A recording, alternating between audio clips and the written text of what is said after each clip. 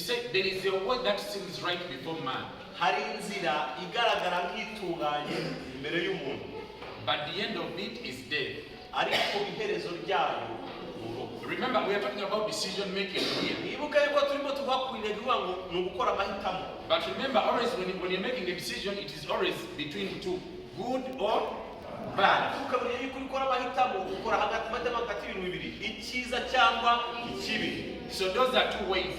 The Bible is talking about here two ways. Izo ni inzira ebyiri. One, ya mbere, another one ni ya kabiri. is what? Ya mbere ni nziza, iyindi ni good or nziza cyangwa mbi. And all these two ways, they have their masters. Kandi izi nzira zombi zifite ababosi bazo, zifite abaziyobora. When you choose this good way, iyo uhisemo inzira nziza, there is a master for that way. hari umuyobozi w'iyo nzira. When you choose this bad way, iyo uhisemo iyindi, there is also a boss for that way. hari nyakubahwa uyiyobora. Can I tell you the bosses for both ways? Babwire se abayobora izo nzira zombi. Yes. Huh? Yes. You open John 10:10. Uyo mufungure Yohana 10:10. Yohana igice cya 10 umurongo wa 10. The gospel bwa Yohana igice cya 10 umurongo wa 10. John 10:10. Yohana igice cya 10 umurongo wa 10. If you're there, just stand and read. Iyo uhagera uhaguruka usome. Mwese ujya muri Yohana 10:10 ahaguruka asome.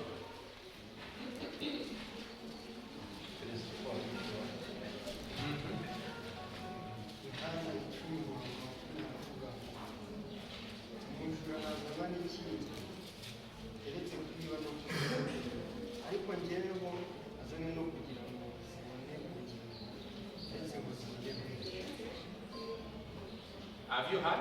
Namumvishe. Yesu no murongo ntabwo muzi mu mutwe ra. Okay, who can read very loud? Nishobora gusoma cyane kumurusha n'ijwi ribene. From that side, because you said no with energy. Abo bavuze ngo hoye ntabwo twumvishe bavuze cyane barimo aho hajya uduhakura dusomere cyane. Ariko se abantu b'abasore ndushijwe inshaje mo kabyarame. Nta muntu wasoma twese tukumva. Uzamuye. Yohana igice cya 10 umurongo wa 10 haravuga umujura nazanwa n'ikindi keretse kwiba no kwica no kurimbura ariko njyeweho nazanwe no kugira ngo zibone ubugingo ndetse buzibone bwinshi. Umujura ntazanwa n'ikindi uretse kwica, kwiba no kurimbura ariko njyeweho nazanwe no kugira ngo zibone ubugingo kandi zibone bwinshi. Amen. Amen. A thief comes to steal, kill and destroy. Umujura azanwa no kwica, kwiba no kurimbura. And who is the thief? Umujura ninde? Who is that thief they are talking about there? Umujura bavuga mu cyanditswe ninde? Show of hands. Umuntu ufite igisubizo azamura ikiganza nabyo kugira ahantu wicaye. Who is the thief there? Umujura hano kuri bavuga n'uwo. Bavuze ngo ufite igisubizo azamura azamura ikiganza. Yes, sister. Yego, Stuart. Huh? I think it's Satan. Clap for her. So in these two ways, we have one master, this side called who? Satan. Called who? Muri zino nzira zombi dufite umuyobozi wa yanzira mbi hano hirya witwa nde? He comes to yaje kugira gute? Yaza kugira kugira iki? Kwiba, kwica, no kurimbura. And again, this is what we have another one who says, and I've come that they may have life and have it more abundantly. Who is that one speaking? Who is that master? Hey, we are students. Who is that master? The other one is raising up the hand with a smile. You're also looking behind.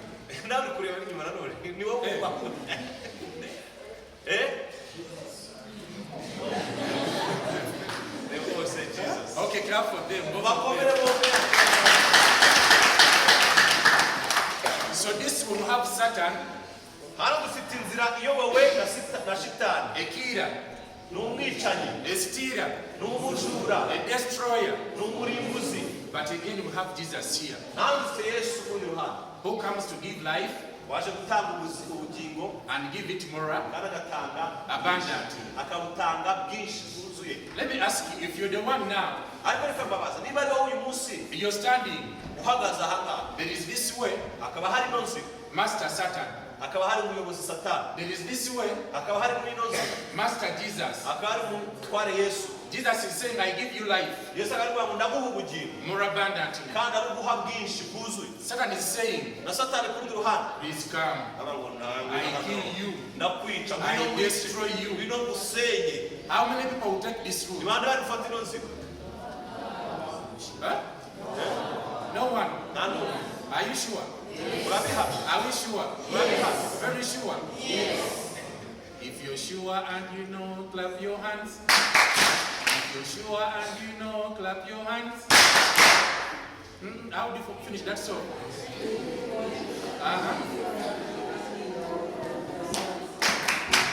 turikoresha shora turikoresha hapa.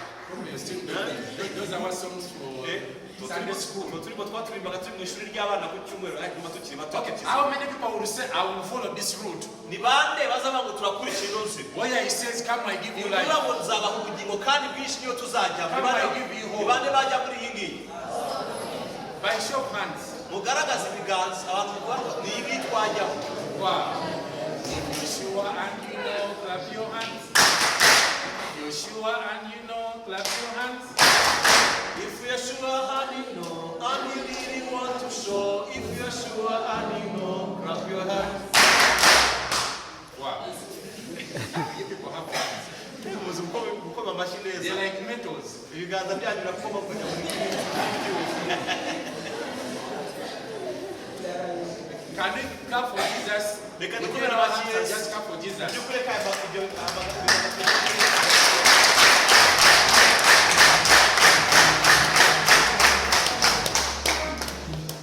You really have hands. muzi What gukoma are these amashyi palms? byita ngo ni mu biganza byanyu birakoma amashyi neza birakomeye bimeze neza. So now, ubu rero none back to the point. reka tugaruke ku We have two ways to do what? dufite inzira ebyiri zo gukoramo. To take in life. dufite inzira tujyana mu bugingo But decision is always yours. ariko kavuga ngo buri gihe amahitamo aba ari ayawe. You can choose good ushobora guhitamo neza or bad. cyangwa ugahitamo nabi. You can choose death ushobora guhitamo urupfu or life. cyangwa ugahitamo ubuzima. You can choose joy ushobora guhitamo umunezero or sadness. cyangwa ugahitamo umubabaro. Amen. amen. So as we conclude, rero turimo tuza ku mwanzuro. I want to show us one stubborn boy here in the Bible ndashaka kubereka umusore umwe aha ngaha wari ukomeje umutwe cyane Who made wari it? ufunze umutwe who made two decisions. wakoze amahitamo abiri. One was bad, aya mbere yari mabi but another one was good. ariko ayandi yari meza. Amen. amen. It's raining. They have their personal habits. Oh. abantu bagiye kwanura kandi birukange banure bagaruke ntabwo rero nzi twabigenza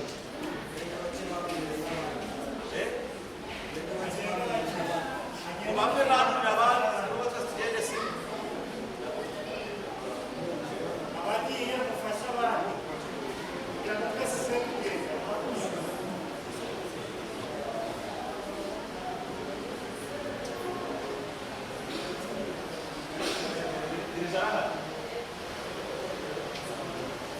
ugomba kujya muririmba mu ndirimbo muriho mukaririmbamo n'iz'icyongereza sibyo kandi mugure na bibiliya z'icyongereza kandi aritswe amafaranga muba muyafite bitagura bibiri amurongo ntayo abantu musa mutegeka ko bareba bafite amafaranga nabizi bibiliya muzi amafaranga igura